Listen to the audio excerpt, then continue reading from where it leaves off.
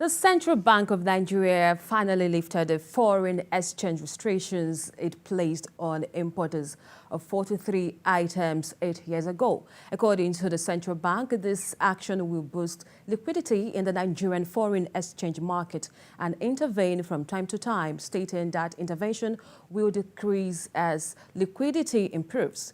Some of the now unrestricted items are rice, cement, vegetable oils, meat and processed meat products, margarine, poultry and processed poultry products, and others. I still have with me Nelson and Mr. Garba. Let me come to you, Mr. Garba. What do you think about this whole ban lifting and all of that, or the... Mr. Nelson. I'm so sorry, I keep missing you. I'm so sorry, I apologize for that. But what does this mean for our economy? What does this mean for our economy? Well, for now, one is a bit cautious because of the fact that one recognized that the reason why the 43 items were placed on the Forex prohibition list was because when the previous administration came into office, we had, debt of foreign reserves. We didn't have enough Forex. The excess crude account or the foreign reserve was at its lowest ebb.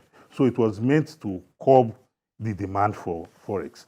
But looking at this scenario now, one is cautious because one knows very well that for the CBN to have arrived at this decision, it must have gone through a lot of, clearing hurdles. And what do I mean by this? One was thinking, if these items are on the prohibition list from accessing Forex at the I and E window, are we now saying that the CBN has enough liquidity in terms of Forex?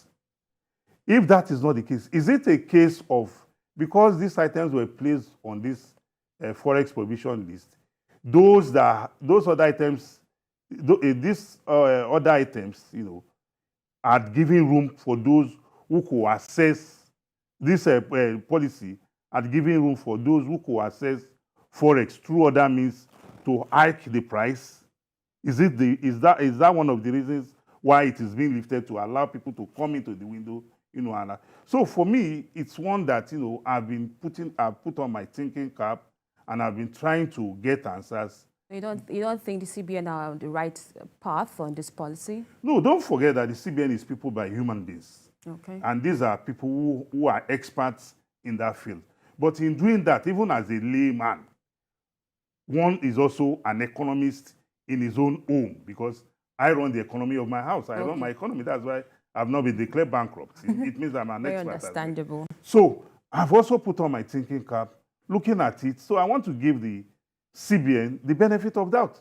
That let's see, because one thing I know for sure is that one of the factors responsible for the pressure on the Naira is the liquidity issue with regards to Forex. And that is why the Naira continues to go down. So long as we are not producing, it's a tall order for the Naira to show up in value. But with this policy now, it could be that part of the reasons why this policy has been put in place was to check inflation. Don't forget, the price of these basic commodities has hit the rooftop. Maybe if this window is opened, there are people out there who want to bring in this product and be able to access, the Forex through the official market, and we'll get the value we want for our people. Mr. Garba, let's also look at the impacts this could have on Naira and as well local production. Some say the CBN might be encouraging unstrained importation. Where do you stand on this? I think I disagree with that. What the CBN has done, to me, is the right step in the right direction. I want to take you back to 2015 when President Buhari came into power. We had issues with production. I'll use rice, for example. When he came into power, you can find out we have only about 6 rice mills in the country. But then when he decided that, okay, let us do something, or rather do a critical review by, banning some of these items and at the same time shutting down the borders. What happened afterwards? Between that time and now, You and I know that we have over 1,000 or more rice mills across the nation. But the challenge has been market forces. Why is it that despite the fact that we have these rice mills, the production, or rather the prices of these products continue to rise? It's a simple mathematics. Go to Kano, for instance. You'll find out that some of these marketers buy these products and hoard them, even right from the farm. They hoard these commodities in anticipation of, a price increase and all that. They don't sell them at a very expensive rate because, one, we do not allow competition. If you don't allow competition, there's no way you will attract investment in the economy. So when this new government come in and the decision by the CBN governor to lift the ban on some of these products, look, go to Katsina, go to all these areas in the north, see what is happening. Goods are coming into the country. And I can assure you, between the now and end of the year, you see commodity prices crashing because now you allow for fair competition. We have so many countries like Singapore and other nations, they intend to bring in these commodities into the country. For the fact that you buy this product, you store them in your warehouses, creating artificial scarcity, put pressure on the naira and the economy. So mathematically, I think it is time for us to look at these issues, allow these products to come into the country, because we keep talking about Forex. But then what happens at the border? Why not allow people to bring in these products at their own rates?